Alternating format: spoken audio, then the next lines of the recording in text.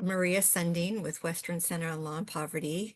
Today I'm joined by Jason León, anthropologist, writer, and founder of the Undocumented Migration Projects. He has two books out, The Land of Open Graves and Soldiers and Kings, and he's going to bring us into the hidden world of migration, smuggling, survival. And this year, Jason is being honored by Western Center with the Derrick Bell Award, recognizing scholarship and moral courage in pursuit of social justice. So thank you for joining me today, Jason. Oh, thank you for having me. It's a great honor to be here. Yeah, I appreciate your time.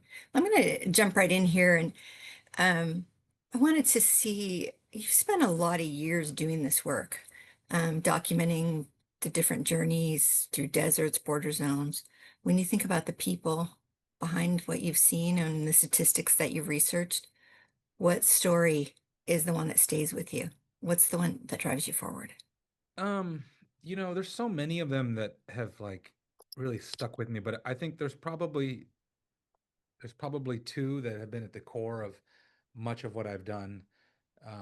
My first book, The Land of Open Graves, really it focuses on three interrelated stories. One is about these two men that I met in a migrant shelter whose journey I sort of try to document from northern Mexico into the U.S. through the Sonoran Desert. Um, that's sort of the first third of the book. The middle third of the book is the story of a 31-year-old mother of three from Ecuador, a woman named Maricela Zaguipuyas, whose body we unfortunately came upon while hiking in the desert in 2012. And then the third part of that book is really about Maricela's distant cousin, a 15-year-old kid from Ecuador named Jose Maria Tacuri, who disappeared in the Arizona desert almost a year to the day after she died, and actually fairly. We think he disappeared fairly close to where she perished. I think it's sort of Jose's story that really is the one. I mean, all of those that whole book really fundamentally changed me. But I really, at the end of it, it was trying to understand what had happened to this kid, and more importantly, just the amount of grief that parents carry with them to lose a child in this way. That story constantly is with me. I mean, I've got pictures of Jose in my office. I've got things that his family gave me from Ecuador that are in various places at home and at work. And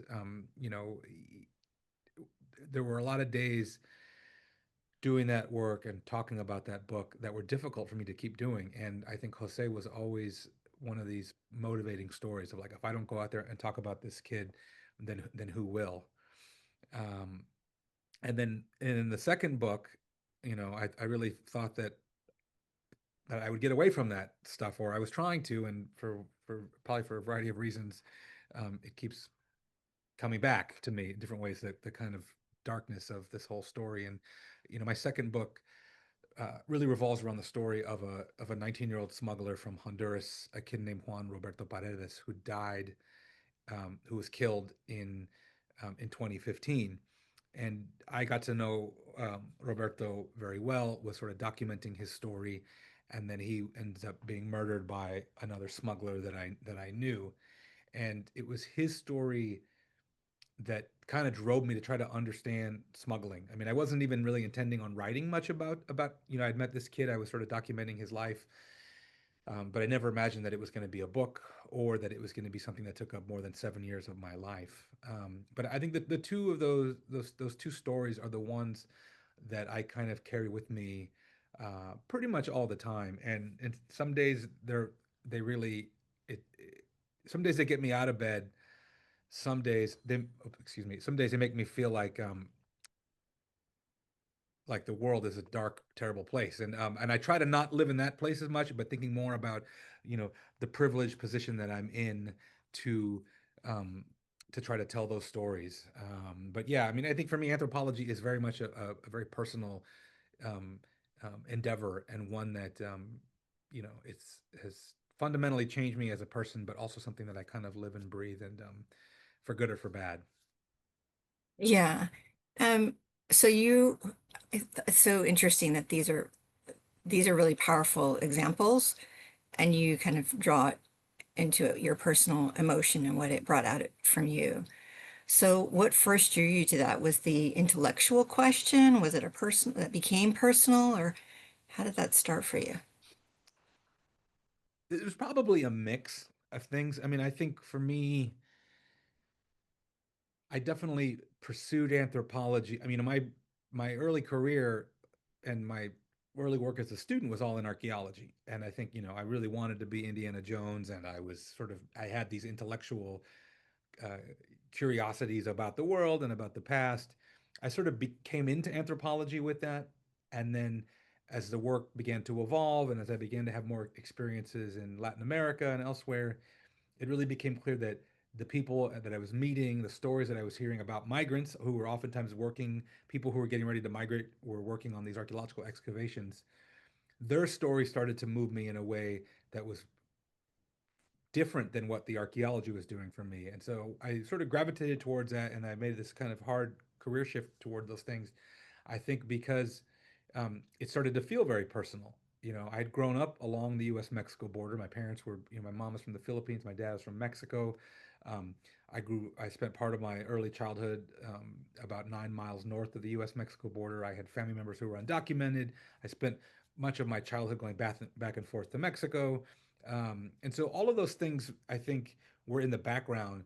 And when I started to think about migration as a anthropological kind of interest, it was both because I found it to be this moving thing, or this thing that concerned me, and that I wanted people to understand what was happening, but also it was very much a very personal thing, and I wanted to kind of understand who I was, where I came from, and what life was like for a lot of people that I had known. And when I began interviewing migrants in Mexico, it didn't feel like work. It felt like I was interviewing family members. And I think kind of ever since then, it's always been this strong mix of um, you know the personal, the emotional, the intellectual, um, and then also just my deep concern with how brutal the world is for so many people, and trying to find what is there some little Yeah. thing I can do to help improve our understanding of these conditions. Um, your work on in this area really complicates the kind of good versus evil narrative in the sense that what does it reveal about the terror and uncertainty that immigrants in the US face today when they're here already? Yeah, I mean, I think people really want simple stories oftentimes, and I am, and sometimes those stories are, sometimes they can be simple in that, like, um I don't think people should be snatched off the street and sent to El Salvador or to Alligator Alcatraz. Like that's a simple for me. Like there's a black and white, like there's a line there, and then there's other parts of it where it's really trying to help people understand the diversity and complexity of the migrant experience, um, and also trying to get people to move away from these very simple categories of thinking about someone as a migrant, and more thinking, I want people to about them more as these are people who happen to be migrating and who are more complicated than any category that we might kind of throw at them, a category of good or, I mean, no one is pure good, no one is pure evil, right? No one is strictly a migrant. Any of these categories that define us, were so much more than that. And I think that's always been what I've wanted to try to understand, and more importantly, trying to get people to understand. Because I think if we can begin to see the people, and maybe this is happening now with the stuff that's, with the ice raids and everything else, is maybe we're starting to see that, oh, they're not deporting migrants. They are not snatching migrants off the street, right? When we see someone screaming and we see someone asking for help, and they're our neighbor and they're our friends and they're our family, or they're just a stranger that we're now kind of witnessing the brutalities that they experience, then suddenly it's like, oh, that's a person that is happening to, not a migrant, not a smuggler, not, whatever category we want to throw at them. And I think that we really just need more of that. This ability to show how complex people are, and to see them as people first and foremost, beyond, and because nothing, there is no simple, these simple stories that we read in the news sometimes, or these categories that people want to throw around. Those are just ways, I think, to dehumanize people, and also just ways to try to keep us divided. Yeah, no, I agree. I think one of the things that we're seeing is the results of migration over decades and decades and generations. And we're realizing that humanity is a transitional humanity, I guess I should say nationality is a Yeah. transitional state, right? And a lot of your work really talks about people moving from one place to another, which is kind of the human experience over, millennia of people. There were no borders, and I think the Native American experience speaks to that. That it was kind of like we live over here, but we can also live over there. Yeah. You don't really touch too much in your work about the political meaning of what this is. You just kind of let the experience speak for itself in a lot of ways. What do you think what is your interpretation of witnessing this and seeing the migratory experience, the smuggling experience, the economic imperatives that drive that, and how does that reflect on our policies? Um, Yeah, I mean, I think I really want people to see how these things are experienced, right? How do economic factors, political decisions in the United States, how do they reverberate out to other countries? How do those decisions impact people's daily lives? How does a decision in the United States drive someone to migrate out of Honduras? I mean, and this is probably the, you know, part of me is this is like the anthropologist in me is wanting people to see the complexity of all these things of like, you know, build a wall is the dumbest, the most simplified smokescreen, and it doesn't take into account all the things that are actually happening and why people are leaving, why they're coming here, and but I don't want to begin with policy, and I don't even necessarily want to begin with like a U.S. looking down kind of viewpoint. It's like, what happens if we start in Honduras, if we start in southern Mexico, and then we start to build out?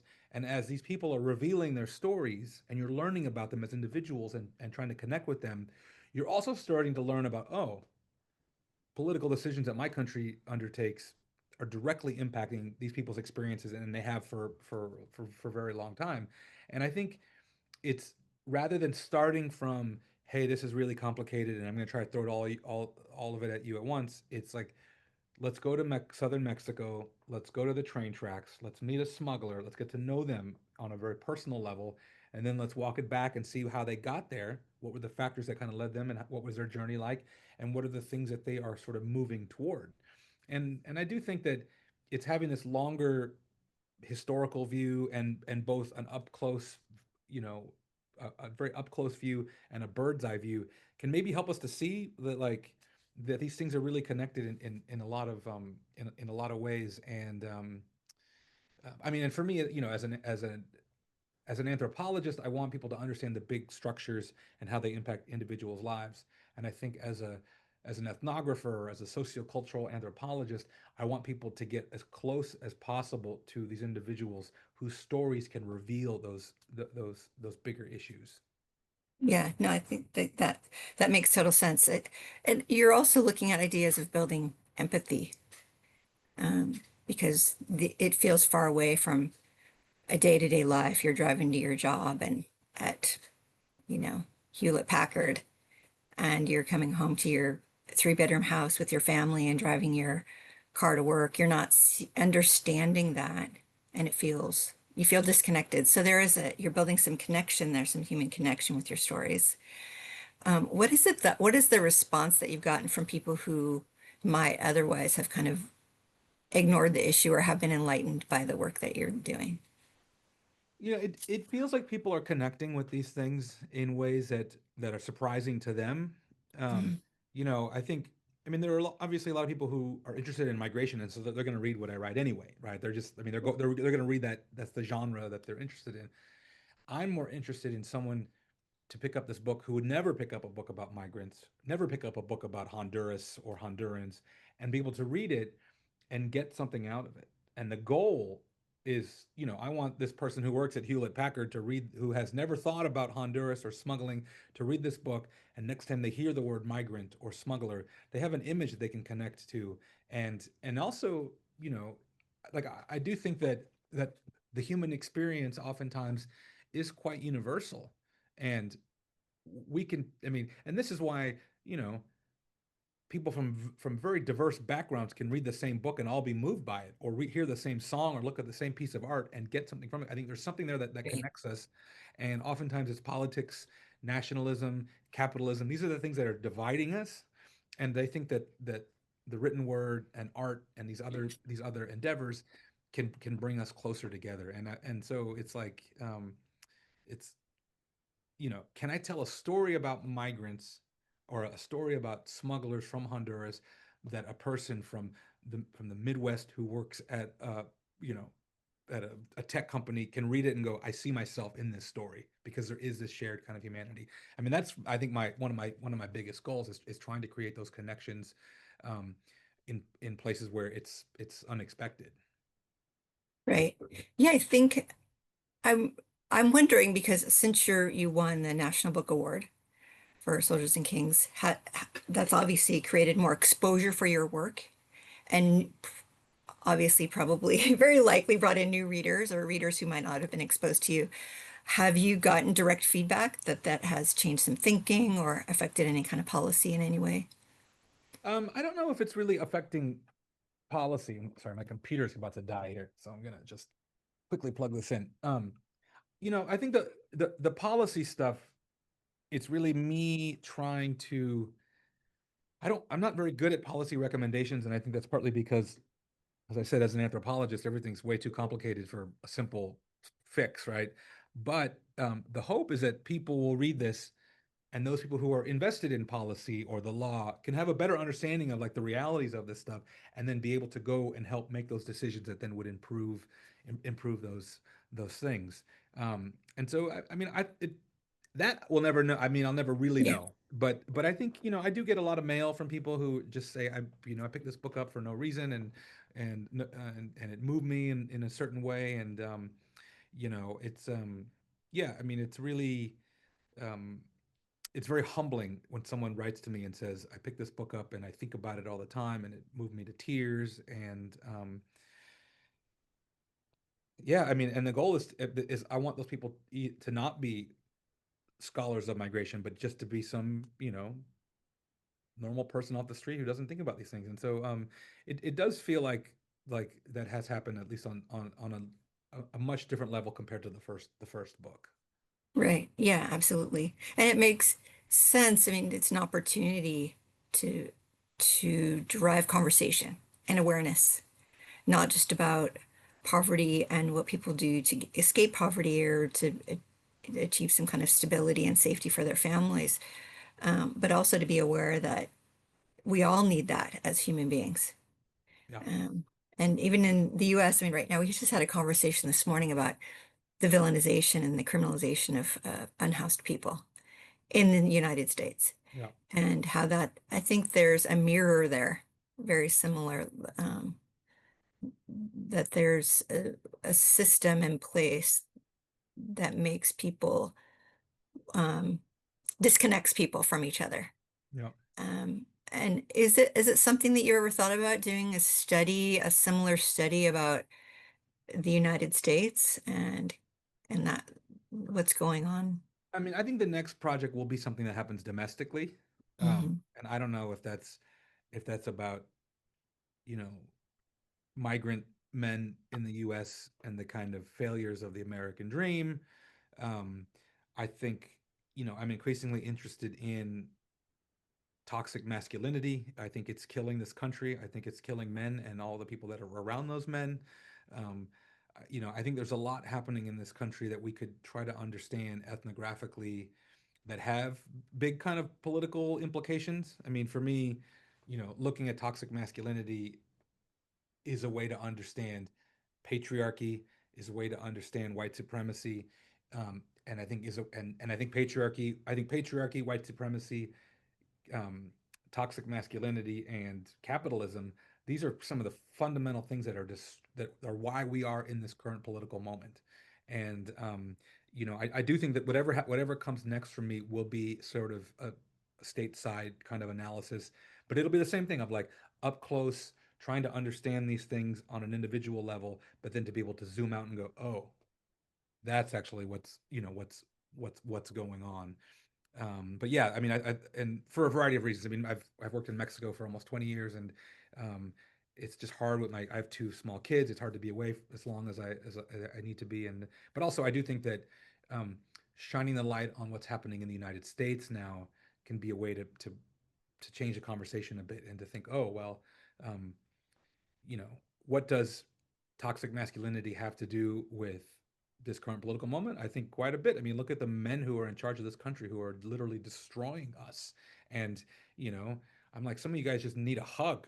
I don't know it's just like, I mean, but I do think Yeah, that like it's just a huge problem. These like fragile egos, and I mean, and it's just like this the toxicity of this whole thing, for me, is part of this root cause. And I think whatever's happening now in the United States is happening globally, and I think part of it is a reckoning with patriarchy and a reckoning with things like white supremacy. And rather than me trying to understand that from a very top up kind of right. perspective, I'm like, let's talk about what's happening on the ground. Um, and then be able to kind of build up and to go, oh, I mean, for me, it was like, oh, is it a book about smugglers or is it a book about race and inequality and climate change and all those other things, right? For me, it's both of it. It's all of that. And the same thing with with what's happening now. I think there's these big questions like I can't believe that Latinos are voting for Trump, and I'm like, well, like Latinos are. I mean, the men are perpetuating a lot of these, they see themselves in someone like Donald Trump, right? And there's all these aspirations to be white and to be like the kind of white, and you see the what you see the kind of white supremacy mentality. I mean, look at who's in the Border Patrol. So over 50% of the Border Patrol are Latinos, and the way in which they talk about other Latinos is very eye-opening, and I think reflects a lot of these root kind of what I think are evils that are destroying this country and preventing us from actually making this country a place for equal rights. I thought you were going to say making this country great again, but Yeah, I mean, it's no, I'm like, just kidding. yeah, but I mean, it's like, Yeah, we've never been great. We've no, aspired to be great. aspirations are good. Yeah, Yeah, or and I like to tell lately it's me having to reckon with the sort of three Americas. There's the one I was taught to believe in, right, which is supposed to be the greatest country in the world, where it's about meritocracy and equal rights for all.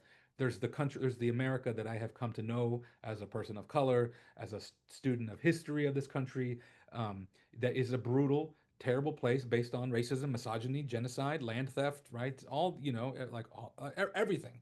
And then there's the America that I want for the future, which is fighting all those things and saying, you know what, um, we've always been this way. We're at least now seeing it up close and in the light of day. And then now we have to decide: are we going to look at this stuff, and then are we going to now, walk the walk? Like, are we a country built for everyone? Are we a place of equal rights and freedom of speech and all these things, or have we just been lying to everybody for 200 years? yeah, yeah. To be Yeah, I think determined.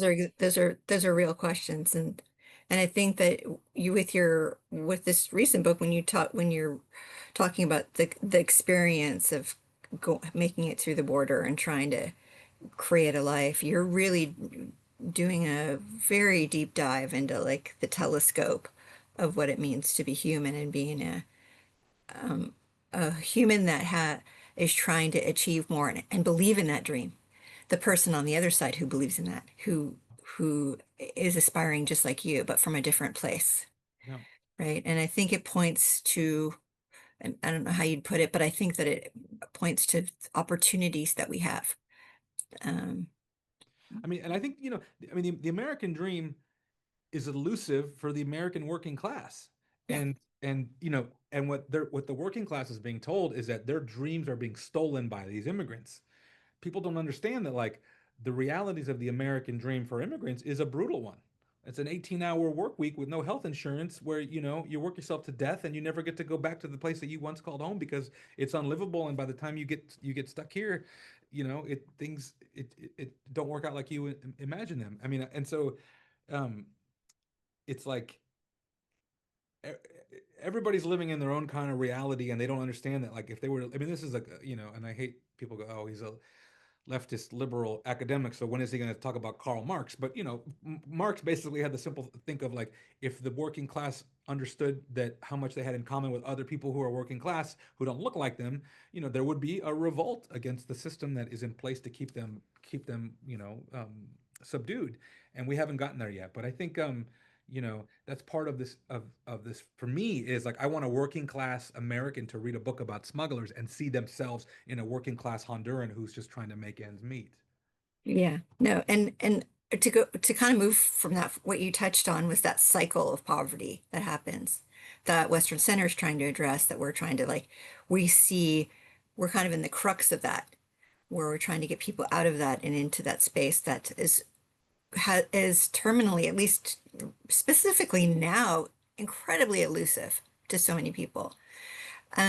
So I think that that's the space that will appeal to people, and I'm happy to see that you're winning this award and what we're able to do with it to share your story. I'm curious about your undocumented migration project. Um, you work that's with objects left behind, like shoes, clothes, photos, kind of an artistic approach. Um, and it reminds me of the Holocaust Museum in DC, very similar, where you see, and I've been to the Japanese American Museum where they have the trains, the carts, and like some of the shelters people are living in. What are the symbols that you see of this being, and to kind of go into an artistic space? What is symbolic for you of kind of that transition and poverty and ch hope for change?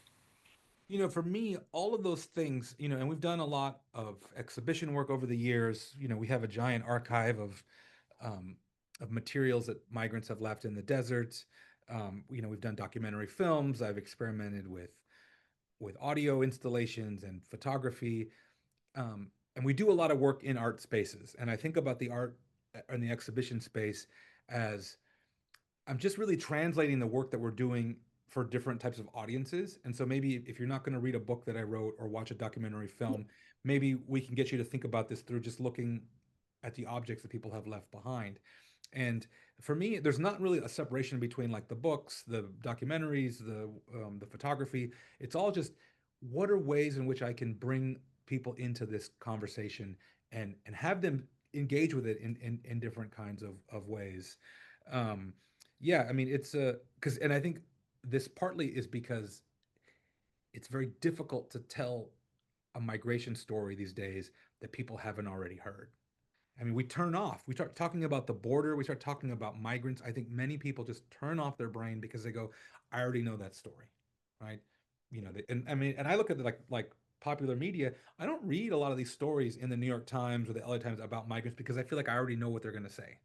And Yeah. so the trick is, can I give you something new that will force you to think differently about this thing? I mean, that's why I decided to write about smugglers, because I thought, okay, what happens if I write about migration from the perspective of the supposed bad guys who are doing so much service and labor to keep this system kind of functioning? And, what happens if we stop thinking about smugglers as the bad people, but think about them as they are providing a service for the American consumer? Because I don't have any, if there's no one smuggling migrants from Latin America into the United States to work on farms, then I don't have food on my table. And so now suddenly a story about smugglers that's supposed to be far and distant is now implicating me, the consumer, and I'm looking at it every time I sit down to have a meal. Um, that's the trick that I always, that's what I don't want to say trick, but it is. I mean, in some ways, I'm trying to get people to think about this thing in in a new way, so they go, oh, Yeah, you're creating relevance, yeah, I mean, you know, the I connection. think it's all relevant. It's just Yeah, you're an the problem. anthropologist. But That's I what think you the do. problem is that Yeah, sometimes we just go for the lowest hanging fruit, and we think yeah, that and I used to think too that like, oh, if I could just tell a moving story, then people will change their mind or understand this thing. And that's not necessarily the case. It could be yeah. the most moving story, but it's not intelligible to them because they don't read or they don't watch documentaries. So you got to for me, it's like by any means necessary am I trying to engage with the public, and that's really what the Undocumented Migration Project, the nonprofit version, the wing of what we do, is a lot of outreach and translation. That's great. I think that that's a really important part of where you're going with what you're trying to do is not only share the stories, but in a way that people can digest it. Yeah. So whether it's through, looking at exhibits, art, film, reading, those are all ways to communicate. Music figures prominently in Soldiers and Kings, and you created a Spotify playlist actually, which we can link here in our messages. What do those songs represent to you, and how does it influence your study, your creative process? Or is it there to communicate, or both? What is the role there? Music for me is just a constant. And I'm a musician. I've been in bands since I was 15. Um, I've done numerous tours, US tours, Mexico tours. I've made records, I've produced records.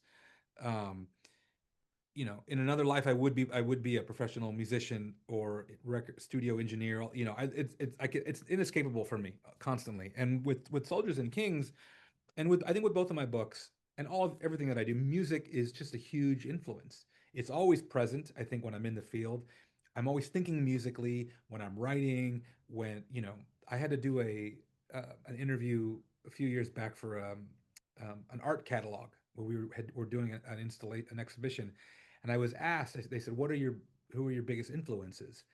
And they weren't a bunch of other anthropologists. It was like writers and musicians were the things that had really shaped my thinking.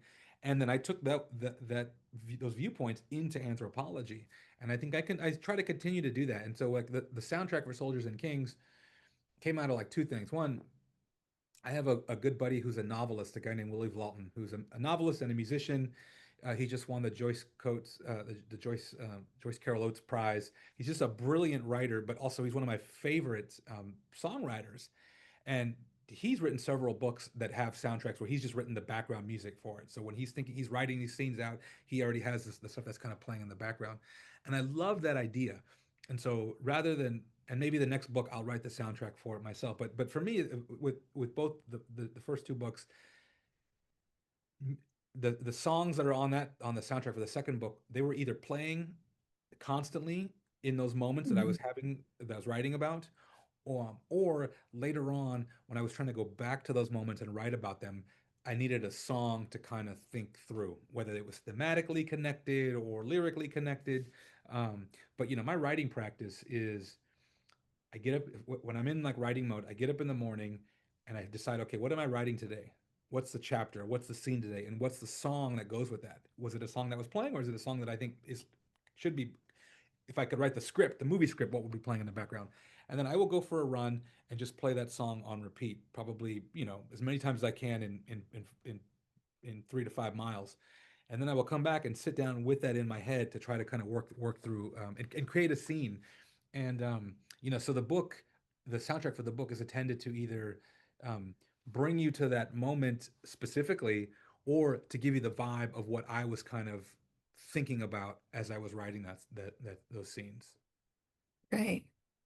Yeah, I think that that's that multi-layered approach of like sharing your information and making sure people absorb it in all the different ways they can. I mean, that certainly speaks to that. And that's really powerful to be able to use that. So um, we've been listening to it here in the office. Oh, Everyone cool. shared your Spotify playlist. It's an eclectic mix. I mean, it's not. I It mean, is. it doesn't seem to have it make any sense. But and some of the songs were songs I would never listen to on my. I mean, but they were the songs that people I was writing about said these are important, and so Oh, interesting. Okay. yeah. So there's direct connection to some of the Oh yeah. stories and the people. Yeah. Okay. Yeah. So they told you that that was their inspirational. Or they were holding a phone and it was just I mean like the song Como Me Duele, which is like the second song on that track. There was a summer that I was in Mexico where that was just playing constantly. I mean, it was coming out of everybody's cell phone, and so whenever I hear that song, it brings me back to that place, into those moments.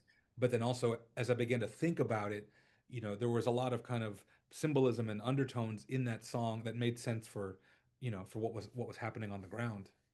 Yeah, no, that's a powerful connection. And I think it's good to know that, especially going in and reading it for people that get a better understanding of the music and the story and how they kind of work together. So that's great. Thank you for sharing that. Yeah. So we're going to go, you're being honored with the Derrick Bell Award. It's our third annual, so it's a pretty important award for us. He was one of our founders, our executive director for many years, and you know who he was as a civil rights leader. What does that mean to you personally and professionally getting this Derrick Bell Award? I mean, it's an absolute honor. I mean, and it's really, it's incredibly humbling to be, mentioned alongside someone who, who has had a just an enormous impact on our world, and I think really fought the good fight forever in so many different ways, and I think inspired so many people to get interested in these issues. Yeah, I mean, it's a little intimidating to just be like to and I would never put myself into a conversation with alongside Derek Bell, but but it is a very great honor, especially for for someone like me who, um, I was a college dropout. I was the first person in my family to finish college. I was the first person to go to graduate school. There were many moments where I didn't think that I was going to make it out of my 20s, and and I was also someone who grew up pretty apolitical.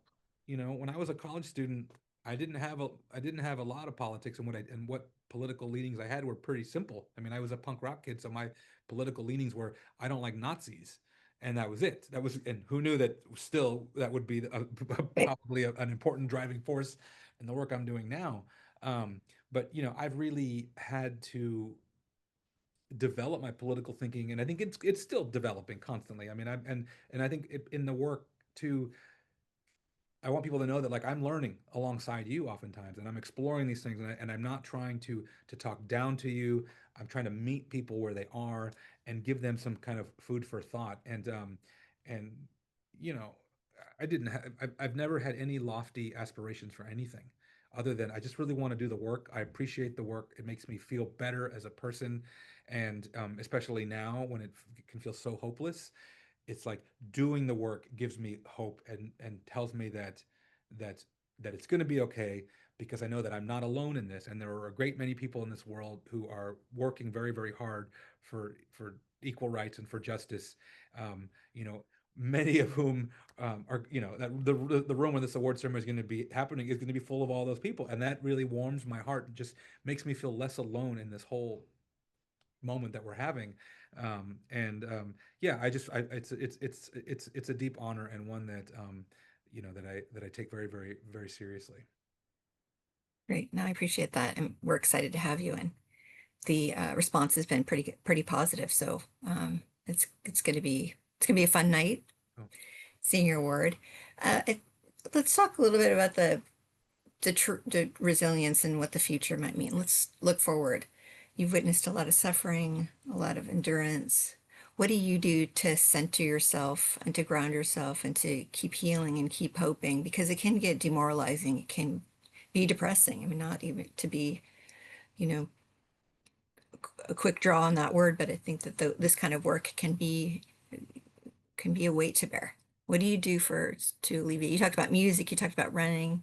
yeah. Are there other things that you do besides this work that help you?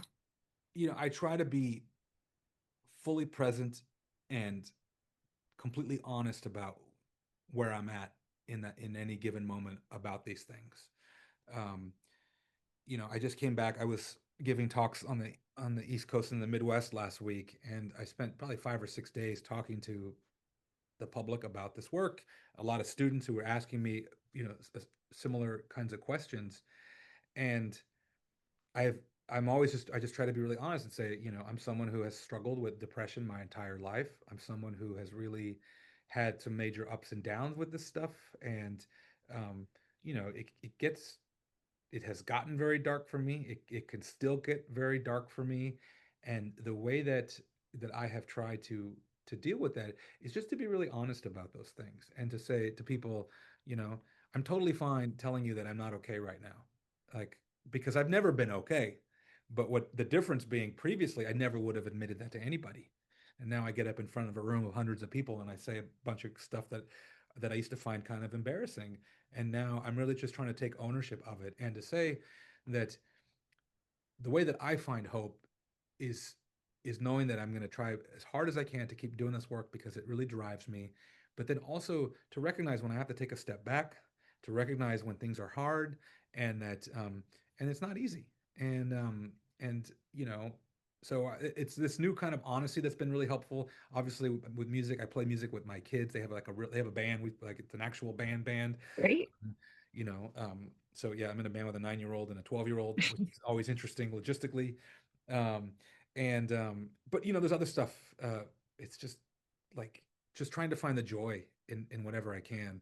And you know, I had a kind of a rough day yesterday with a bunch of coming stuff from last week and thinking about all the stuff that's going on in the world. And probably my favorite joy is just watching those Dodgers win that game one of that NLCS last night. And so, you know, I'll take it where I can get it. And when I'm sitting in a lonely hotel room somewhere after I've just been had this draining moment talking about all this stuff, I will just sit there. I'll watch game five of the 2024 World Series, and that brings me this little bit of joy. And I go to bed happy, get up in the morning, and you know, ready to try and do it again. Reliving some joy does help. No, Although I'm not a Dodgers fan, I'm sorry to say, but I'm sorry. that's another conversation. Um, looking ahead, what do you want future generations of scholars and storytellers to take from your work or to challenge from your work? Um, I think at the end of the day, what I most hope, because we can always look back and there's, you know, everything is going to be a product of its time. It's always going to be open for critique. Nothing is perfect or I think impervious from criticism. And so I think what I would hope, you know, I mean, obviously I want people to like be impacted by the stories and be interested in the ways in which I'm trying to kind of tell stories. But I would hope that at the end of the day, even if they don't, if they find all of that to be outdated or whatever, I do hope that they look back at the work and they recognize that I was trying very, very hard to be honest about the difficulties of doing it.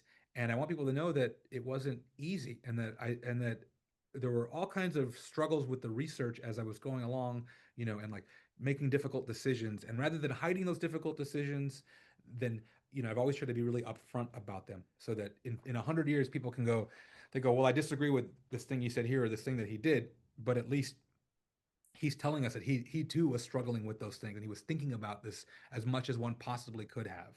Um, and because I think sometimes, yeah, it's easy to look back on things and just be hypercritical and go, this person wasn't even thinking about race or class or gender in this time, and maybe they were, but there just wasn't kind of space in the work or the writing to kind of say that, hey, I'm worried about this, and so I've tried to, you know, to give people all of my worries and concerns so that the work I think becomes um, I don't know if I want to say more believable, but at least becomes more, you read it as more honest about what's going on. And so I try to Mhm. give people the good, the bad, and the ugly of my own working through these things.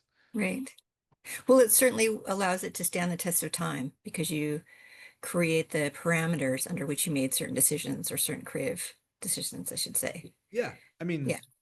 um, like I'll give you an example. You know, in my first book, there is a difficult moment where we come across the body of of this woman, Maricela, and we go back and forth about should we photograph this person?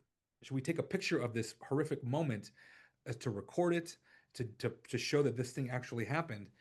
And so um, I struggle with that, and I write about the struggles with this, and then eventually talking to the families, you know, we had no intention of ever publishing these images. And talking to the families, they said, we're glad that you took the pictures. And now we want you to publish the photos so people know that this is a real thing, that this actually happened.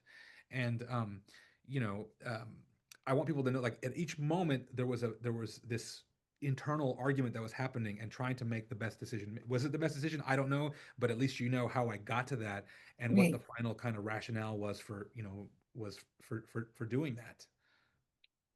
Right. There's a ethical issues around things like that. We had the same kind of issues in journalism school where we were talking about what do you publish and what do you not publish and what are the decisions and the justifications for why. And that's a similar, Yeah. very, very much in that lane. That's great. So my final question was really about the Dodgers, but you kind of preempted me there. So, do you think the Dodgers will win the World Series again this year? Not what you hope, what you think, what are the odds laid out? I don't like to jinx things, Mm, um, but it's looking real good. And looks good. Okay. and I think, and I say that because nothing has been easy. I don't think last year was an easy get year for the Dodgers. I think this year has been actually harder in a lot of ways, and I think it's through those kinds of struggles that we get stronger. That team is getting stronger having gone through all this stuff, and so yeah, I think that they're starting to kind of fire on all cylinders in a very scary way. I mean, everybody's looking at it and saying this is very other teams like this is kind of scary, and so yeah, I'm up to, I'm feeling pretty good. And I love Good. that people are saying for the amount of money that these guys have spent, they better win the World Series, right? I mean, there's that. Yeah, you gotta hold their feet to the fire. Yeah, but yeah, it's fingers crossed. Yeah, well, good. I am a lifelong Kings fan, LA Kings. Mm. So we had hockey tickets when I was a very young kid. So I'm Okay. one of the few Mexicans from LA that actually knows how to ice skate. Oh, So nice. thank you But very you're not a much. Dodger fan. No, I'm sorry. I did spend many, many years in the Bay Area. Oh, okay. Yeah, I My know. I sister's won't even go there. I won't go there, but my yes. sister is from San Francisco, and so it's she's there's a big we have a big we don't Yeah, talk about the Giants and Dodgers, you but can't.